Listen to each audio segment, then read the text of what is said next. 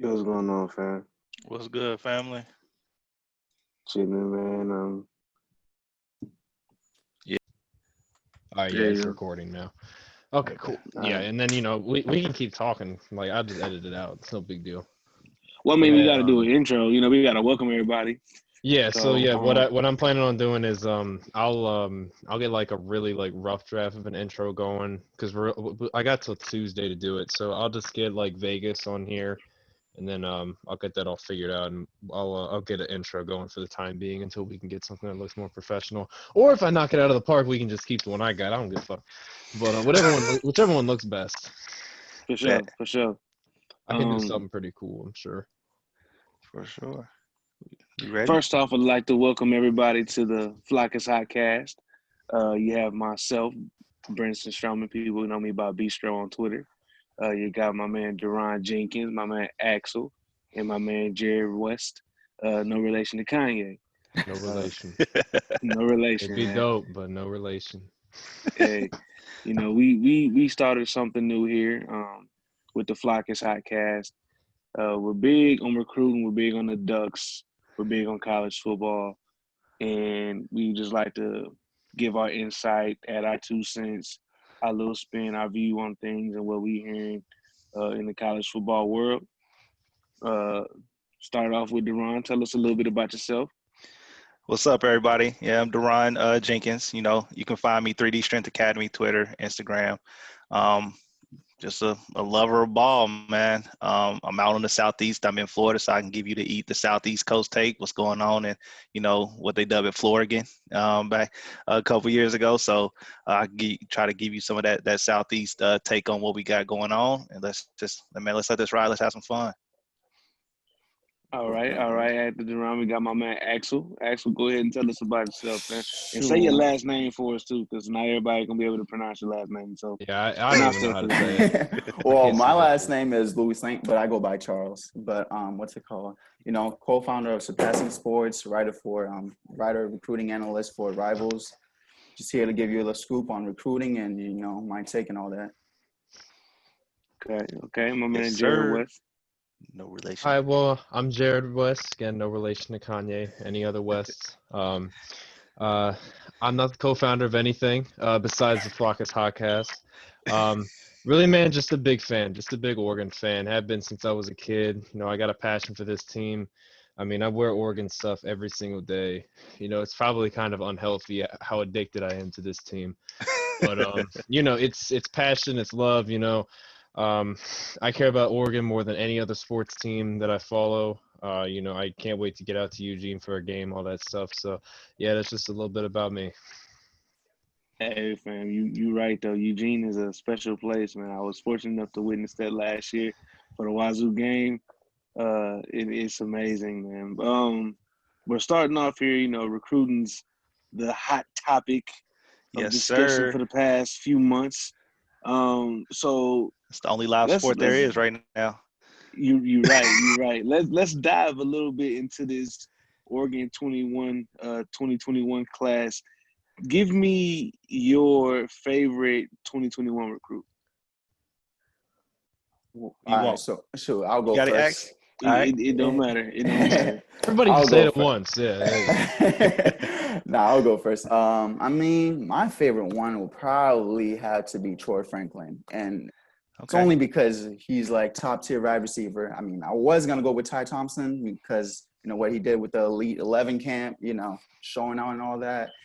And you could also go with Jackson Light. On Twitter, he's big and famous. The doing some curls on top of the hill in some Yeezys and all that. But I had to go back to Troy Franklin. He's a home run hitter, like seeing in his other film, kickoff return, slant, bubble, all that. And what he means for Oregon and the brand and all that too. Being a wide receiver number one, just got his 5th star on all recruiting website and all that consensus 5-star. So yeah, I'll go with him. Bet. Okay. What you got, Deron?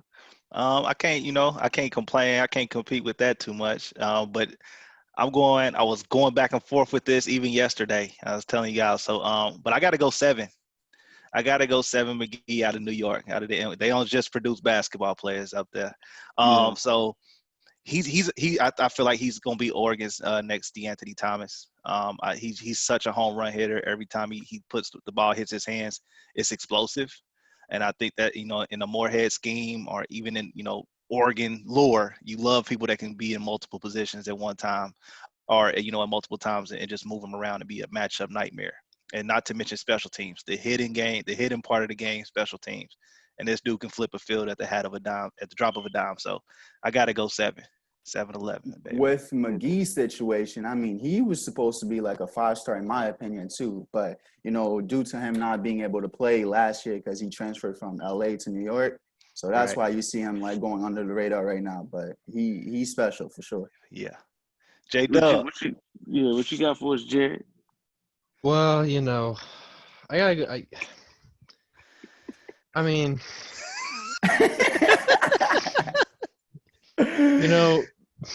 I was gonna say Corey Foreman and joke about that, but and then I was gonna say Troy Franklin because I was cheating, off of Axel. Yeah. Earlier today, I'm thinking to myself, I think my favorite commit is Seven McGee.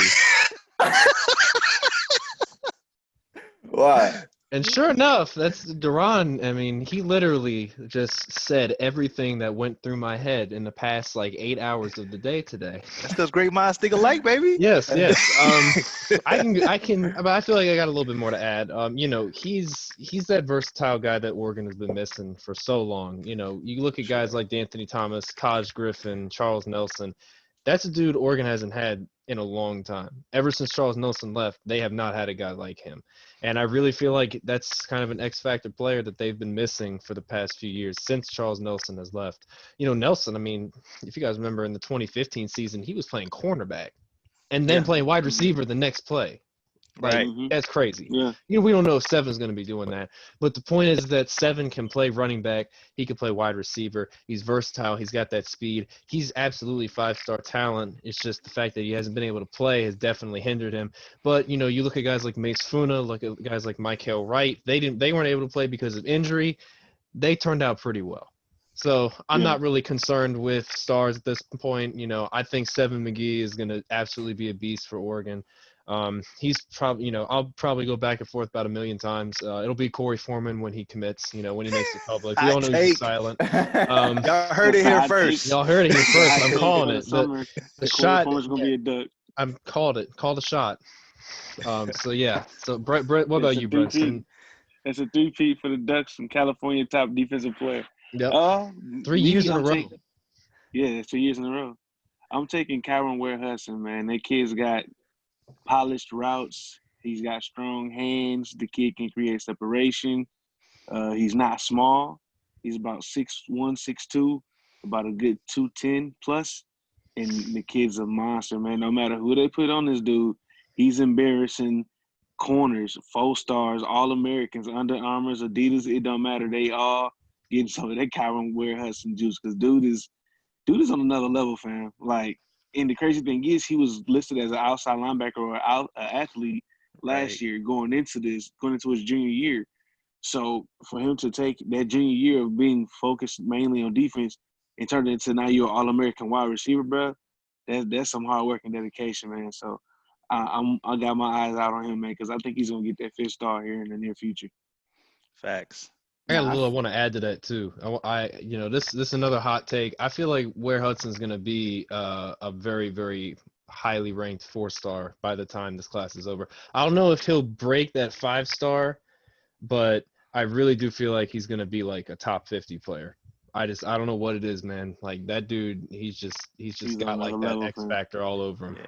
Going back to Troy Franklin, I mean, like he just compliments every player you guys just named. McGee with the sweet, can't stop that. Yeah. Ware Hudson in the red zone, but with Troy Franklin, what he adds is that wide receiver number 1 that Oregon's been missing for so long.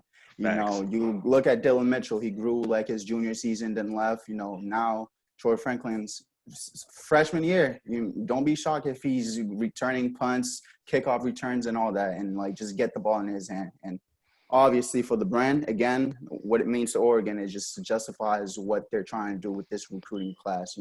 Adding Ty Thompson, adding Seven McGee, linemen, and all that. And icing on the cake with Troy Franklin, it's just now the flock is really hot. It's gonna be crazy for sure. Man, it's For dog. sure. So, banking off of your favorite 2021 commit, who is somebody that is not committed out there in the 2021 class that you would like to see join the flock? Because the flock is hot, so Yes, we got to sir. get some more hot names, baby. So who's the next one you think? I'm sitting So this one who's out. You already heard me. And you know what?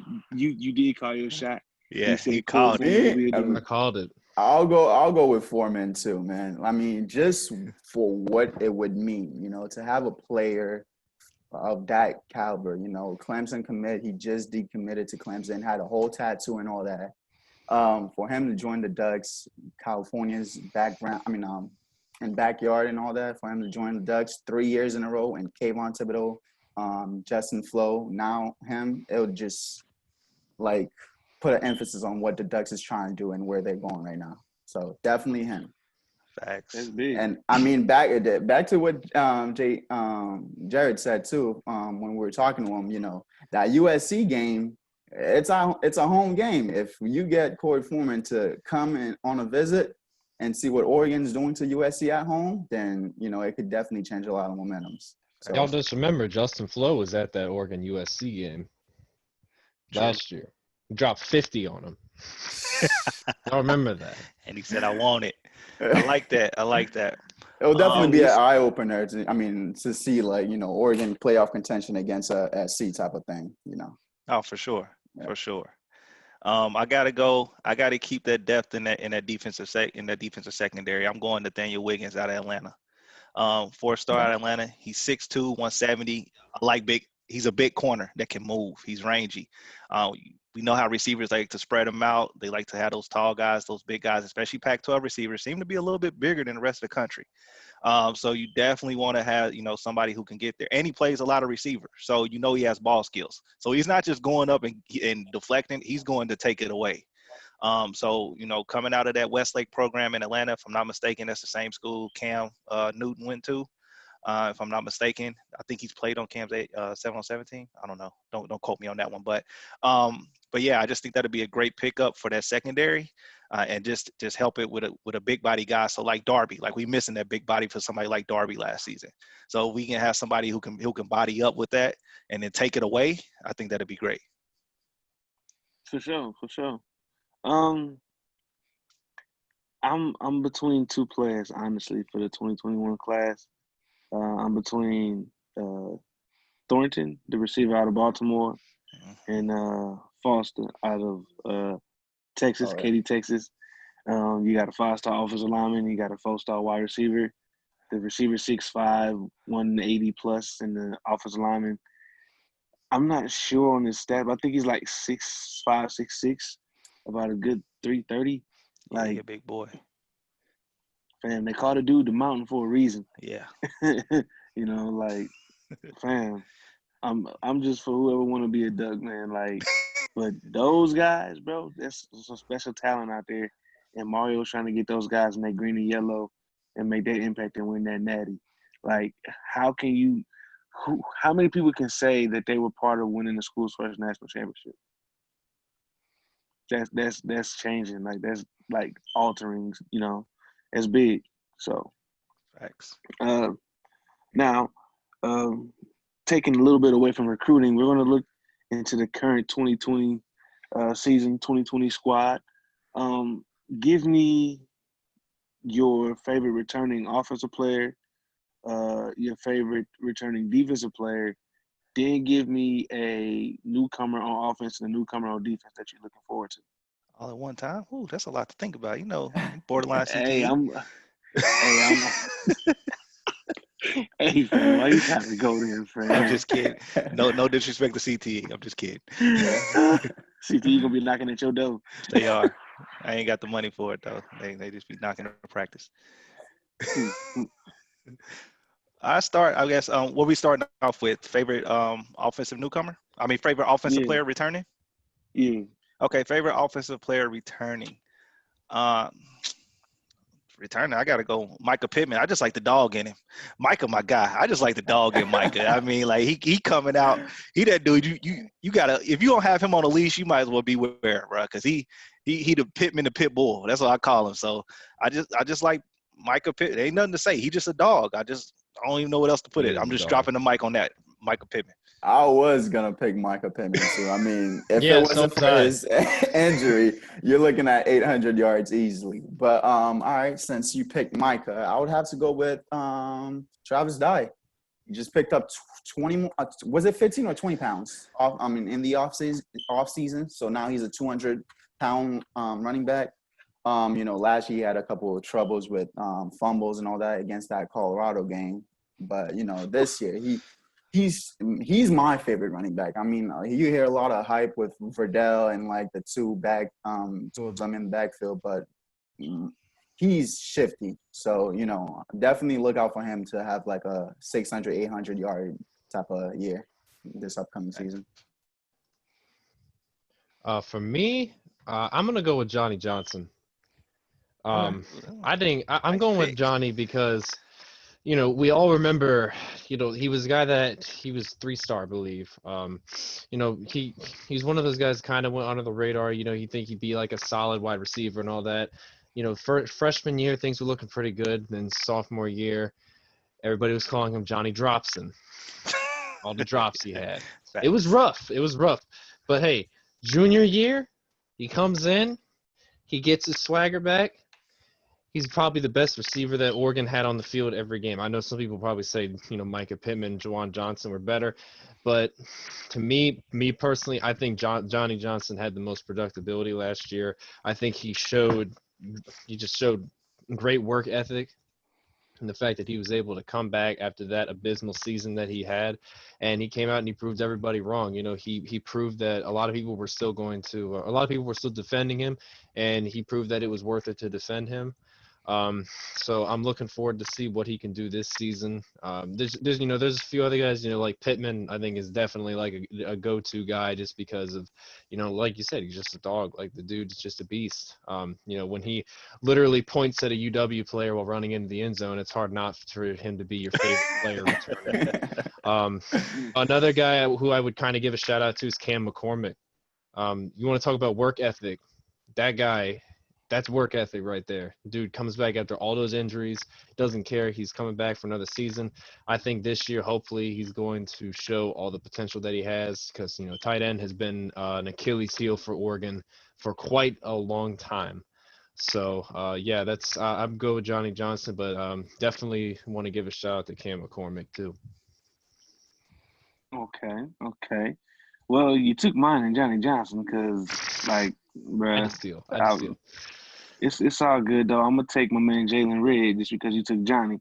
Now Jalen in this offense, fam, is gonna be pretty dynamic. Think of KJ Hamler at Penn State right now when you think about that.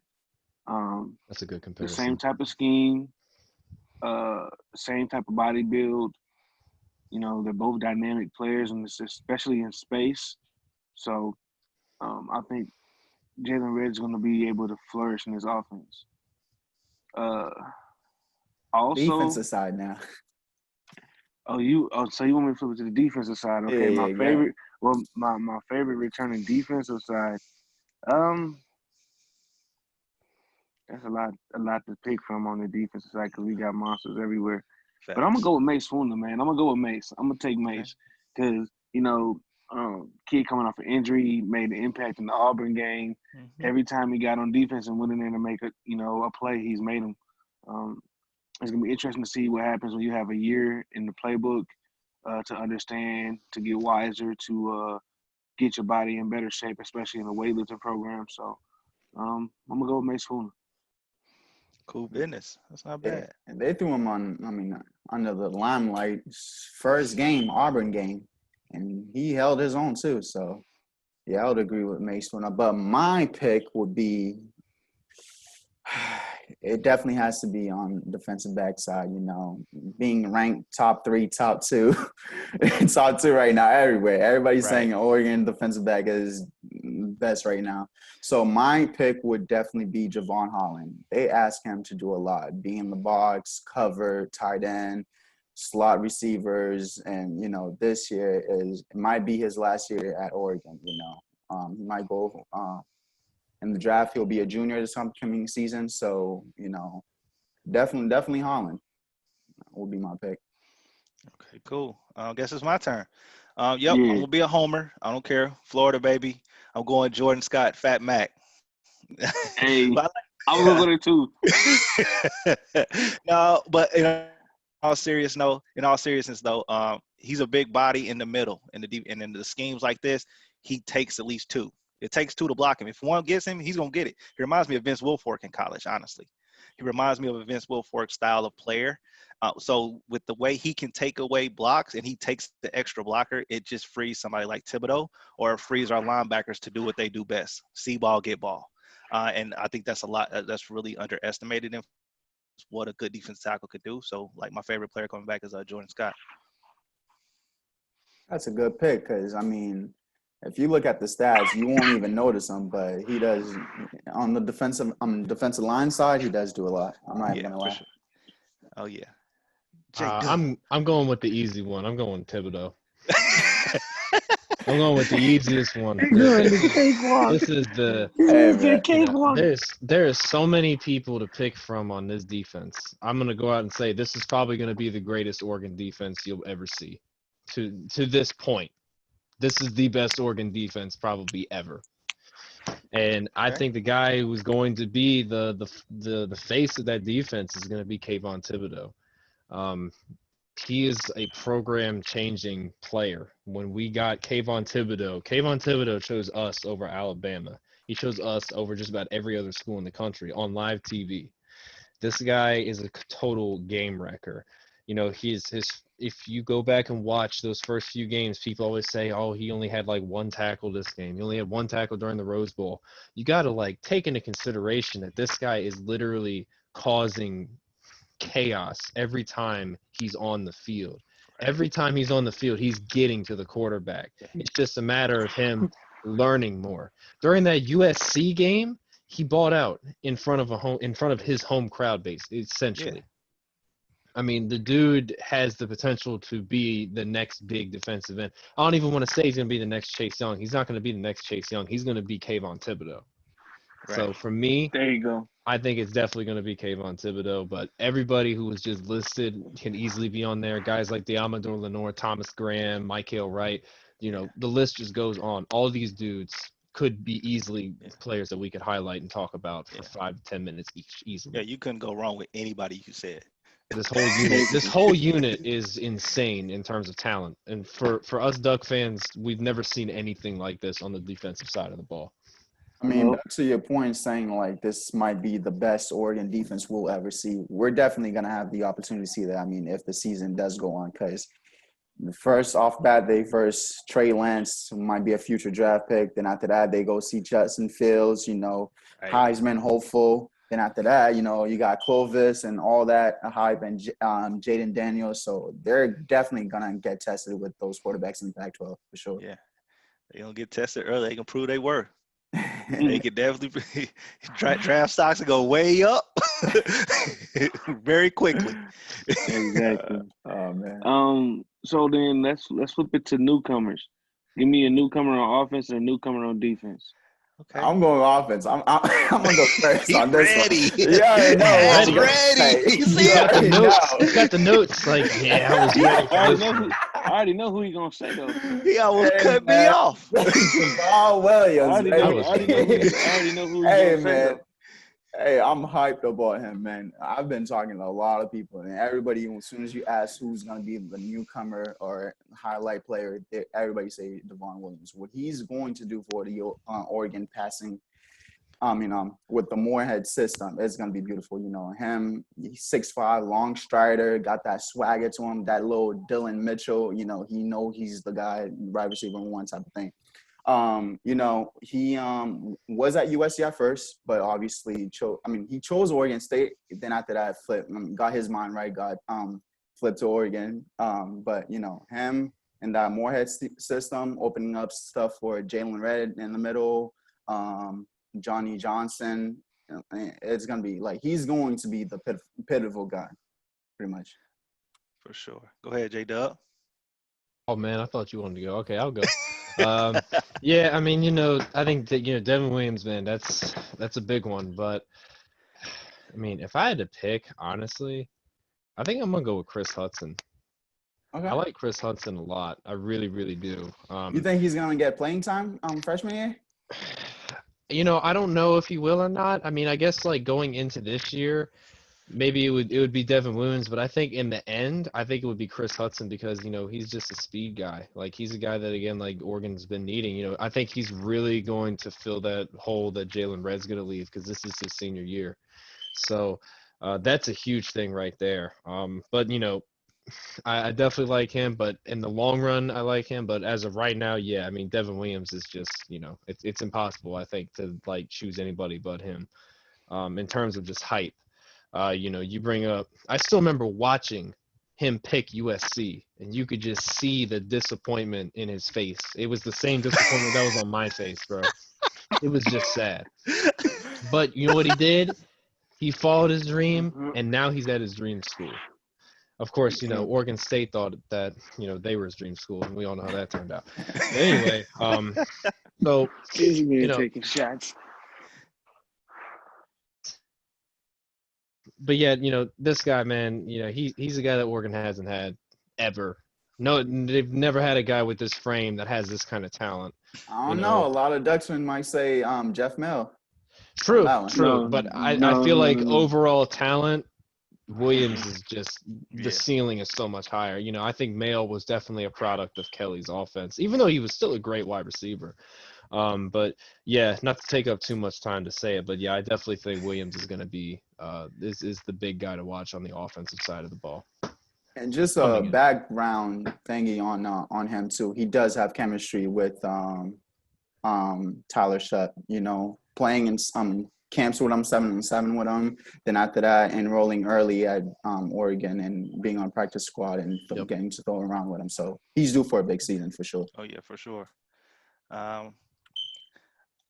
I like to go with people that nobody's going to talk about. So I'm going to talk about them right now because you're probably not going to hear about them again, except for when they do starting lineups. TJ Bass, offensive guard. Okay. We gotta, it's a lot of spots on that offensive line that has to be filled. He's a JUCO, 6'5", 330, so he's already college ready. So being already college ready as a guard, I think he's going to come in. He's going to fill right away. And Christo, that's Christo's baby. Christo's baby is the offensive line, so he's gonna make sure that's shored up. So I think he might have been the top JUCO in the country, if I'm not mistaken. As far as the line, he was the number one offensive guard, number 21 nationally. Number one guard, number one offensive guard. So we got the top offensive guard at JUCO. So he's college ready. We don't have to worry about him being in the weight room too much. I think he's gonna be good to go to help protect whoever's gonna be the quarterback.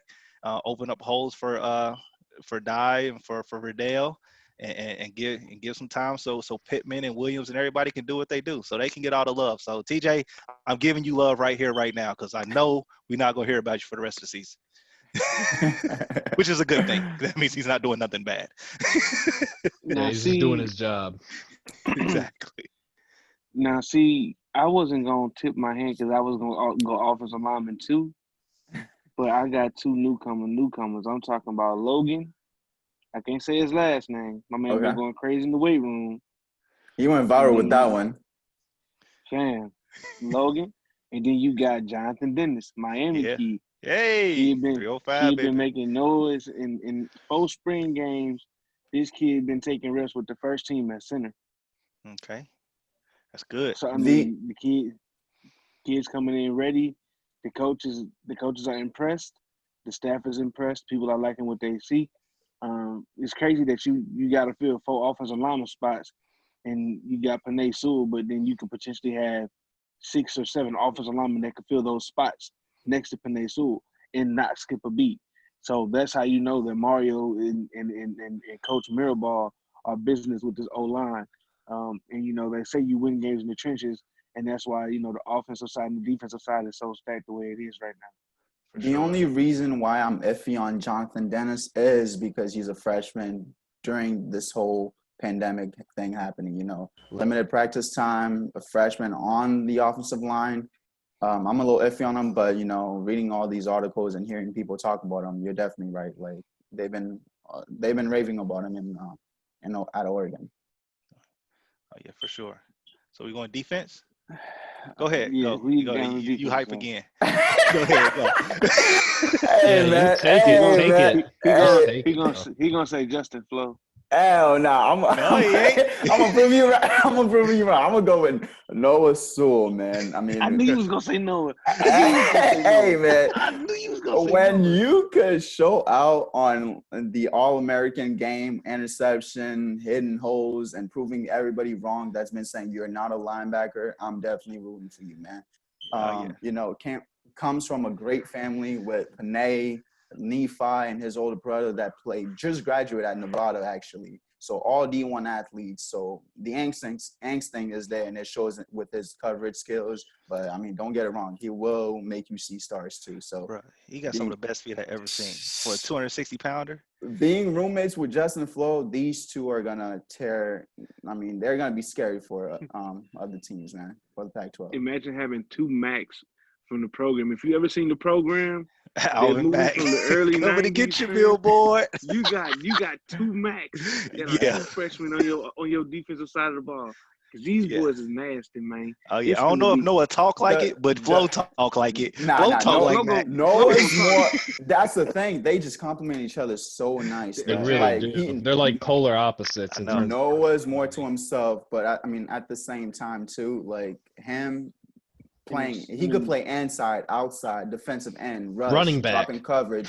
His his And outrunning little versatility. people. People his 100 vers- pounds lighter than me outrunning them. Exactly, 4'6" speed too, man. They At all should be ashamed of 265. themselves. I mean, his All them kids on that versatility highlight is tape definitely gonna getting make him. outran by this 260-pounder. I was like, Coach, just put me on track. man. I need to go to track team like right now. Nah, Bro, but what's it called? Like I was saying, his 4'6" speed. I mean, his versatility is definitely gonna get him seeing playing time too. So For sure. for sure.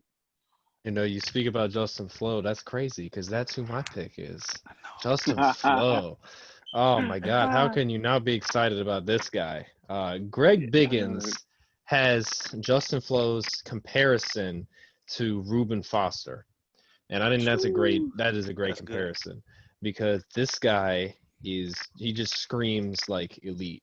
Let's just take into consideration he is the second highest overall, in terms of ranking commits, he's the second highest all-time commit Oregon has gotten. He is right after Kayvon too. 0.0021 points behind Kayvon Thibodeau. This That's guy crazy. is the number one player out of California last year, and he is just Oregon's never had a guy like this before, and I'm just so excited to see this guy take the field. He has the speed that he has for his size is absolutely ridiculous. When you see him play, he looks like he hits like Ray Lewis. I mean, when he hits people, he doesn't just hit them. I mean, he sends them into the next season. I mean, this guy is just something else. He's just like he's a total field general, and the fact that he and Noah Sewell are going to be working with each other for the next 3 or 4 years, it's absolutely insane. And I mean, I would be shocked. I would not be surprised at all if they're both starting come the first game of the season. I think they're that gifted and that talented to be able to do it and just to make that fast of an impression. For sure. I'm not gonna lie, it was Flo. I'm gonna cheat off of Jared's paper. I'm going Flo. You can't help it. You just can't help it, bro. I mean, You watch the highlights and you're just like, yes. The side-to-side ability of him is what really impresses me. Honestly, I can see him starting, and I can see him starting on the opposite side of Thibodeau. In order, one, if he blitzes, now you have to spread. You can't double team. You can't double team Kayvon because now you have to stop Flo from coming wrecking shop on that other side. He can spread out. He can play a little bit. He can play into that slot area as well because he's just that athletic. I look at him, maybe for some Pac-12 historians, looking like Ray Malaluga. I can't even say his last name, Malaluga, and like Brian Cushing or Clay Matthews from those good USC teams. Maybe even Keith Rivers. So, when you see of it like that, Oregon, what they have with them two guys, I mean, you could flip flop them all day. You could talk about some other guys in the secondary or something. Probably somebody Brent is probably about to pull out of his hat. But Jay Flo, I can't go anywhere but like I can't talk anything but great things from him because he's just sideline to sideline. I think he's gonna wreak havoc like we haven't seen in a while. B, come on, I know where you're going. Come on, give it to Well, me. I mean, y'all touched the two top linebackers, the two 5 stars. So I'm gonna go with the third 5 star on the defensive side. Mr. Dante Manning. That man is about Like six it. I foot, like six it. foot one, about what 170, 190 in that weight range. The kid's got elite speed. Kid runs track. The kid's athletic. The kid's got a good head on his shoulders. The kid's determined. He stays You get working. him, dude. You got him working out with Noah Sewell, and Justin Flo and Mike Hill, right? Just think about those four right there. Mike Hill, right, is considered one of the top corners in the nation. Dudes taking second string, snaps. He's rotating between Diamador Lenore and Thomas Grant, and you still one of the highest rated cornerbacks in the nation as a sophomore. You throwing in somebody else like Dante Manning behind Diamador Lenore and Thomas Graham with Mike Hill, right? And you still got DJ James, and you still got Verone McKinley the third. So, man, but I Dante Manning is something special for him. Now For I sure. I'm love your glad you pick. brought him up. I'm Yeah, glad you brought him up. I love your pick in Dante Manning. The only reason, again, I'm iffy on him is because back to your point with Michael Wright getting second team snaps.